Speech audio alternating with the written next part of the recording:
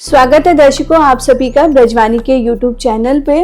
और आज के कार्यक्रम में हमारे साथ जुड़ने जा रहे हैं मुकेश चौहान जी, जिनसे हम पहले भी रूबरू हो चुके हैं। और जैसा कि हम सभी जानते हैं कि वो राइडर हैं, सोलो ट्रैवलर हैं, और मुझे लगता है कि भारतवर्ष के जो अधिकांश भाग को वो अपनी राइडिंग के जरिए एक्सप्लोर कर चुके हैं। अब एक नई सोच वो लेकर आए हैं और इस सोच को उन्होंने टाइटल दिया है राम गमन वन पथ। तो जानेंगे इसके पीछे की सोच क्या है और कहाँ कहाँ इसके जरिए वो दर्शन करेंगे, इसके बारे में पूरी आज उनसे जानकारी लेंगे, जानेंगे उनकी इस सोच के बारे में। तो मुकेश जी बहुत बहुत स्वागत आपका। Thank you. तो मुकेश जी सबसे पहले तो मैं ये जानना चाहूंगी कि अब ये जो नई सोच आपकी निकली, एक आध्यात्मिक यात्रा, तो ये सोच आपकी कहाँ से आई? ये सोच तो जब हम छोटे थे जी, तो गांव में रामलीला देखते थे। तो रामलीला में पूरा राम का किरदार होता था, लक्ष्मण जी का किरदार होता था, सभी रामलीला के जितने भी जो रामायण के किरदार हैं वो सब मंचन करते थे, उसको हम देखते थे। तो दिमाग में कहीं ये बात चलती थी कि ये सब कैसे रहा होगा, क्योंकि बचपन का दिमाग जी, तो वो सारी चीज़ें चलती थी, क्योंकि और बचपन में ही वो सारी चीज़ें देखी थी तो सब दिमाग में छपी हुई थी। तो जब समझ आई, बड़े हुए, तो फिर लगा कि जो बचपन में हम देखते थे वो तो वास्तव में जगह हैं, अयोध्या भी है, लंका भी है, चित्रकूट भी है, सारी जगह हैं। तो फिर मैं राइड करता ही हूँ। राइड मैंने ऑलमोस्ट इंडिया की सारी, मतलब काफ़ी सारी जगह की मैंने कर रखी हैं। तो फिर जो बचपन का दिमाग में कीड़ा था रामलीला देखने का और रामलीला के सारे पात्रों को जानने का, तो फिर मैंने सोचा कि क्यों ना जो रामलीला बचपन में हम देखते थे वो पूरी रामलीला जो छोटे से स्टेज पे होती थी वो बड़े मंच पे देखी जाए। बिल्कुल। तो फिर मैंने एक प्लान किया कि राम वन गमन पथ, जहाँ जहाँ पे भगवान राम 14 साल के वनवास में गए थे, उन स्थानों पे देखा जाए। तो देखने का माध्यम मेरे लिए बाइक बहुत अच्छा है, क्योंकि कई जगह उस रास्ते में ऐसी हैं जहाँ के कोई साधन नहीं है, जा नहीं सकते आप, टैक्सी नहीं जा सकते, तो बाइक से जा सकते हैं। हालांकि कुछ जगह ऐसी भी हैं जहाँ बाइक से भी नहीं जा सकते, बाइक छोड़ के पैदल जाना पड़ेगा।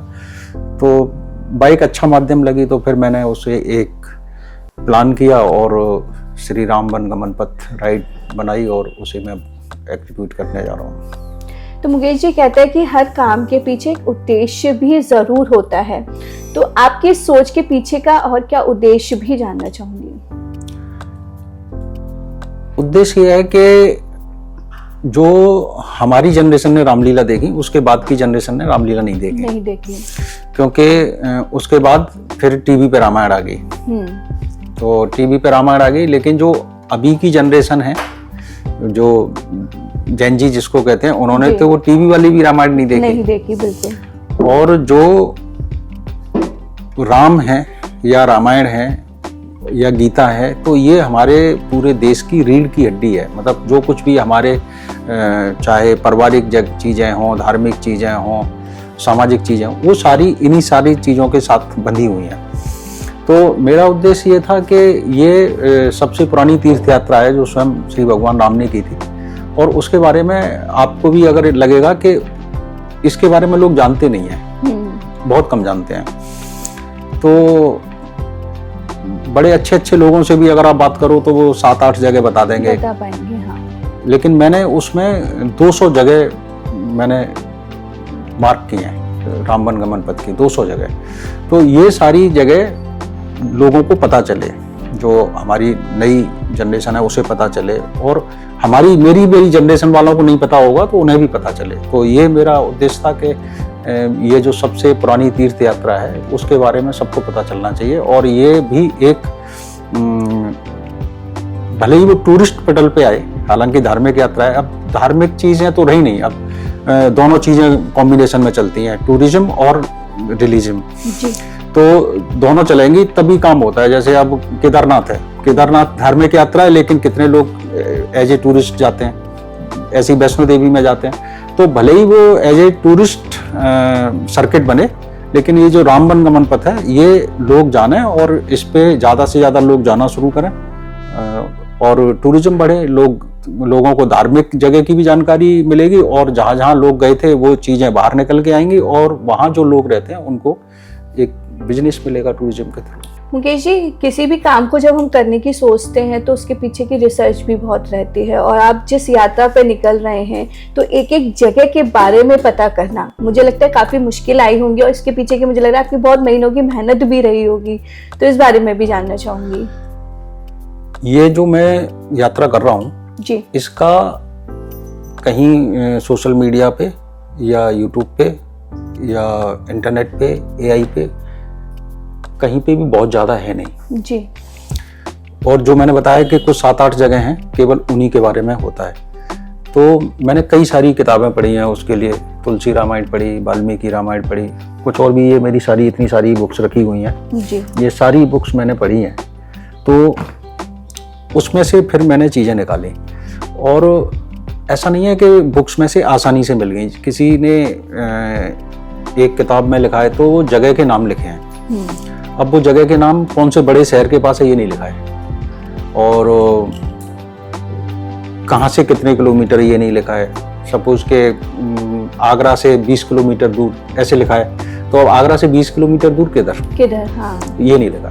तो अब वो पॉइंट वहाँ से उठाने के बाद जो है फिर गूगल पे देखना वो जगह, तो कई सारी जगह मिल जाती हैं, कई सारी जगह मिल ही नहीं रही। तो उसके लिए फिर मैंने क्या किया है कि मैं क्योंकि एक ट्रैवलर ग्रुप के साथ जुड़ा हुआ हूँ, मेरा एक फेसबुक ग्रुप है, उसमें करीब 1 लाख लोग हैं। तो फिर मैं उनसे डिस्कस करता हूँ कि भाई तुम्हारे यहाँ पे एक ये वाली जगह है तो है क्या, तो 1-2 लोगों से पूछने के बाद फिर पता चलती है कि हाँ ऐसी कोई एक जगह है, तो फिर वो उसको मैंने लिखा। तो इस तरीके से मैं करीब मेरी 4-5 महीने की रिसर्च है और मैं सितंबर में मैंने एक राइड कंप्लीट की थी, 23 दिन की मानसून राइड थी। मानसून राइड के बाद फिर मेरे को नवंबर में जाना था नॉर्थ ईस्ट की मेरी 1 महीने की राइड थी, लेकिन मैंने वो नॉर्थ ईस्ट की राइड इस राइड की वजह से कैंसिल कर दी कि नहीं अब मैं इसी राइड को करूँगा और इसी पे काम करूँगा। तो सितंबर के बाद यूट्यूब पे कई तो मेरे ब्लॉग रह गए उसके मानसून राइड के, फिर मैं सब छोड़ दिया मैंने और मैं केवल इसी में लग गया।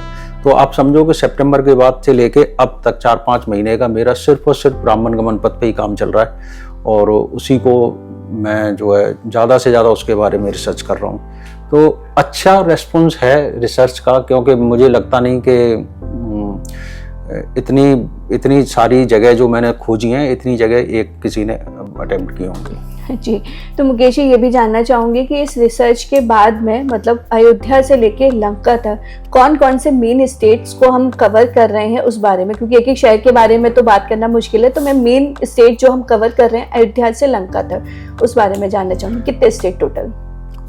अयोध्या, अच्छा मैं इससे पहले एक बात बताऊंगा आपको जी। जब मैंने रिसर्च की तो इसमें रामायणों में थोड़ा सा मतलब विरोधाभास है। विरोधाभास इसलिए है कि रामायण जो है कई भाषाओं में लिखी गई है, तमिल में भी लिखी गई है, संस्कृत में भी लिखी गई है, अवधी भाषा में भी लिखी गई है। तो जब हम इन रामायणों में रिसर्च करते हैं तो एक रामायण में लिखा गया है कि जो पंचवटी थी, पंचवटी बोले तो जहाँ से सीता जी का अपहरण हुआ था, रावण लेके गया था जी। तो एक रामायण में लिखा हुआ है कि पंचवटी तेलंगाना में थी। अच्छा। और एक रामायण में लिखा हुआ है कि पंचवटी नासिक में थी, महाराष्ट्र में थी। ठीक है, तो ये विरोधाभास है। तो अगर स्टेट हम करते हैं तो एक रामायण के हिसाब से कुछ अलग स्टेट है, दूसरी रामायण के हिसाब से कुछ अलग स्टेट है। तो मेरे प्रयास ये है कि मैं इन सब कंट्रोवर्सी में नहीं पड़ता कि किस रामायण में क्या लिखा है, क्योंकि ये सारी ना आस्था का मैटर है। अब छत्तीसगढ़ वालों की आस्था है कि रामचंद्र जी यहाँ आए थे जी। तेलंगाना वालों की आस्था ये है कि रामचंद्र जी यहाँ आए थे, महाराष्ट्र वालों की आस्था ये है कि रामचंद्र जी यहाँ आए थे। और गए तो थे ही, वो गए तो थे ही, लेकिन सबकी अपनी अपनी मान्यताएं। रामायण में लिखा हुआ है कि दंडकारण्य वन में गए थे, तो जो दंडकारण्य वन है वो महाराष्ट्र, मध्य प्रदेश, छत्तीसगढ़, महाराष्ट्र, उड़ीसा और तेलंगाना, ये सारे स्टेट, क्योंकि स्टेट तो बाद में बने, पहले तो दंडकारण्य वन था, तो उसमें आते हैं। रामायण में ये नहीं लिखा होता कि महाराष्ट्र वाली पंचवटी थी या तेलंगाना पंचवटी थी। वहाँ लिखा हुआ है कि पंचवटी और पर्णकुटी का मतलब है कि पत्तों से बनी हुई कुटिया, फूस से बनी हुई कुटिया। तो इस तरीके से वो चला है। तो जब मैं जाऊंगा, आपका प्रश्न था कि कितने स्टेट कवर होंगे, तो मैं सबको अगर मैं मानूं तो उत्तर प्रदेश के बाद मैं महाराष्ट्र में एंटर करूंगा, महाराष्ट्र के बाद नहीं, उत्तर प्रदेश के बाद मध्य प्रदेश, मध्य प्रदेश के बाद महाराष्ट्र, और महाराष्ट्र के बाद कर्नाटका, कर्नाटक के बाद तमिलनाडु, और तमिलनाडु में जो है जमीनी वाला जो हमारा पार्ट है वो खत्म हो जाएगा। उसके बाद फिर मैं बाई एयर जाऊंगा श्रीलंका, वहाँ बाइक हायर करूंगा, और उसके बाद श्रीलंका को कवर करके वापस अपनी बाइक पे आऊंगा।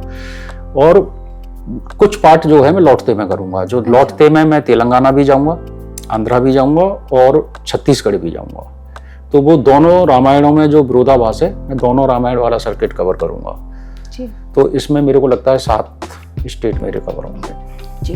तो ये कितने दिन की यात्रा है, कितने किलोमीटर आप कवर करेंगे, ये भी जानना चाहूंगी। ये अभी मोटा मोटा मैंने जो रिसर्च की है उस हिसाब से ये 75 डेज और 20,000 किलोमीटर। लेकिन जिस हिसाब से मैंने अभी फेसबुक पे पोस्ट डाली है, तो काफ़ी लोग अपने अपने सजेशन दे रहे हैं कि आप यहाँ आइए, यहाँ भी राम वन गमन पथ से जुड़े हुए स्थान है, आप यहाँ आइए, यहाँ भी राम वन गमन पथ से जुड़े हुए स्थान है।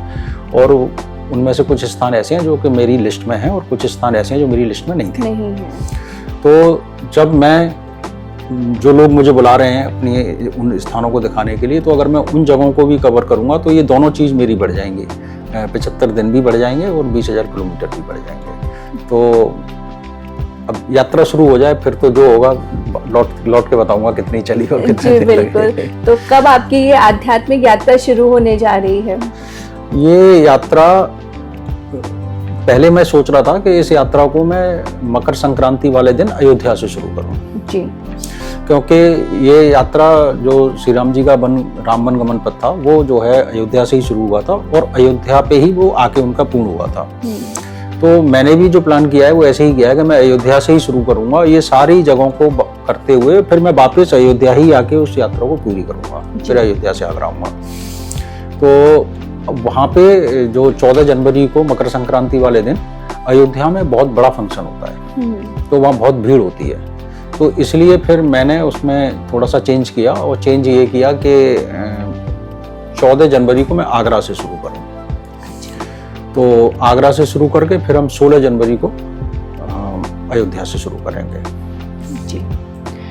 लोगों का कैसा रिस्पांस है? जैसे कि अभी आपने बताया कि आपने फेसबुक पे पोस्ट डाली थी, तो लोगों के अपने अपने सजेशंस भी आ रहे हैं, तो लोग इस आपकी सोच को कितना अप्रिशिएट कर रहे हैं? लोग बहुत अच्छे से जुड़े हैं। मेरे को इतनी उम्मीद नहीं थी, मैं सोचता था कि लोग आजकल ट्रेंडिंग चीज़ों के साथ चलते हैं, धार्मिक चीज़ों के साथ नहीं चलते। तो मेरी जो पोस्ट है फेसबुक पे वही करीब 1,15,000 लोगों तक उसकी रीच पहुंची है, और काफ़ी लोग मेरे से जुड़ रहे हैं, काफ़ी लोग मेरे को जगह भी बता रहे हैं कि आप यहाँ भी आइए, यहाँ भी आइए, और बहुत सारे लोग शुभकामनाएं दे रहे हैं। जिस माध्यम से भी लोगों को पता चल रहा है बहुत अप्रिशिएट कर रहे हैं, मतलब मेरे को जितनी उम्मीद नहीं थी जितना अप्रिशिएट कर रहे हैं जी। हमारे सीएम सर ने भी लेटर भेज के आपको शुभकामनाएं प्रेषित की हैं। हाँ, मुख्यमंत्री जी का भी लेटर आया है, योगी आदित्यनाथ जी ने ये लेटर दिया है मेरे को जी। तो उन्होंने भी अपनी शुभकामनाएं भेजी हैं यात्रा के लिए, ये उनका लेटर है। अब मुकेश जी, बात आती है घर वालों की। वैसे तो मुझे पता है कि आपके घर वाले इस बात से बहुत वाकिफ है कि अगर आपने कुछ सोच लिया है तो आप इस अपनी मन की चीज पूरी जरूर करेंगे, लेकिन ये कुछ एक नया था, क्योंकि अभी तक आप जितनी भी राइडिंग पे निकले बहुत नॉर्मल थी, आपने अलग अलग वैसे जगह कवर करी अपने इंडिया में, लेकिन ये कुछ एक नई सोच लेके, तो जब घर वालों को पता चला तो घर वालों ने आपसे क्या रिएक्शंस आपके लिए आए? बच्चों का सपोर्ट तो मेरी हर राइड पे रहता है, वो कभी खुश होते हैं, जबकि बल्कि मेरे को ज़्यादा दिन हो जाते तो अगर मेरी तबीयत भी थोड़ी ख़राब हो जाए तो कहने लग जाते हैं आप तो कहीं घूमने निकल जाओ, आपकी तबीयत सही हो जाएगी। तो बच्चों की तरफ से मेरे को कभी प्रॉब्लम नहीं रही, पूरा सपोर्ट रहा। हाँ, मेरी मम्मी ज़रूर करती हैं जब भी मैं कहीं जाता हूँ कि ट्रेन से चला जाए, क्यों बाइक से जा रहा है, और घूमना है तो कार से चला जाए, ये सब वो बोलती हैं। लेकिन पहली बार है इतनी लंबी राइड कर रहा हूँ, उन्हें सब पता है और वो बड़ी खुश हैं। उन्होंने कभी नहीं बोला कि क्योंकि राम के नाम पे है, बड़ी धार्मिक सी हैं वो, तो उनकी तरफ से अभी तक तो कुछ भी ऐसा हुआ नहीं कि क्यों जा रहा है, वो तो खुश हैं। मुकेश जी, अगर लोग आपसे जुड़ना चाहें, आपके साथ इस यात्रा में बने रहना चाहें तो कैसे जुड़ सकते हैं? देखिए, मैं ये पूरी यात्रा को फेसबुक पे भी डालूंगा और यूट्यूब पे भी डालूंगा। तो यूट्यूब पे जो मेरे डिटेल्स वीडियो आएंगे वो तो यात्रा के बाद आएंगे, क्योंकि इतना पॉसिबल नहीं है एक सोलो आदमी को कि मैं एडिटिंग करके वहाँ पे ब्लॉग भी डालता रहूँ। तो वो तो मैं बाद में डालूंगा, लेकिन उसकी जो डेली लाइव अपडेट है वो मेरे यूट्यूब चैनल पे आती रहेगी।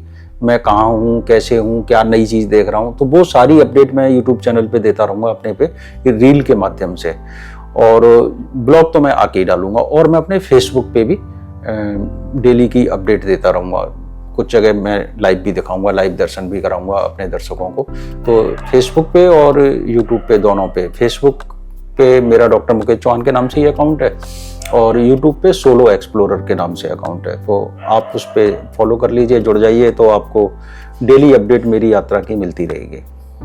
मुकेश जी, आपकी जो ये आध्यात्मिक यात्रा है, राम वन गमन पथ, तो आपको क्या लगता है कि इस यात्रा के बाद, क्योंकि हम लोग आध्यात्मिक हैं भी और नहीं भी, लेकिन जब हम एक आध्यात्मिक यात्रा पर निकलते तो हमारे अंदर लगता है, मुझे ऐसा लगता है कि हमारे अंदर बहुत सारे चेंजेस आते हैं। तो आपको क्या लगता है कि इस यात्रा की पूरे होने के बाद आपको कितने अपने चेंजेस महसूस होंगे, या क्या सोचते हैं इस बारे में?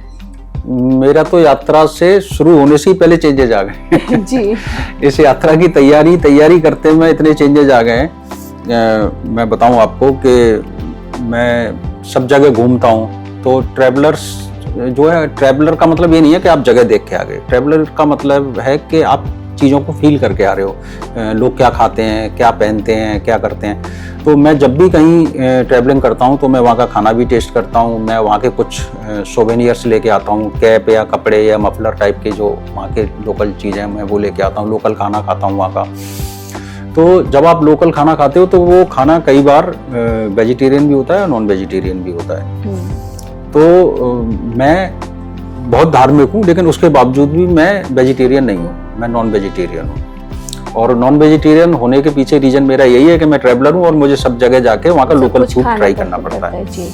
लेकिन इस यात्रा से चेंजेस इतने हैं कि इस पूरी यात्रा में मैं प्योर वेजिटेरियन रहने वाला हूँ। क्या बात है। प्योर वेजिटेरियन पूरी आध्यात्मिक यात्रा होगी, तीर्थ यात्रा की तरह से होगी। तो मेरे जीवन में तो यात्रा शुरू होने से ही पहले चेंजेस आ गए इस यात्रा से।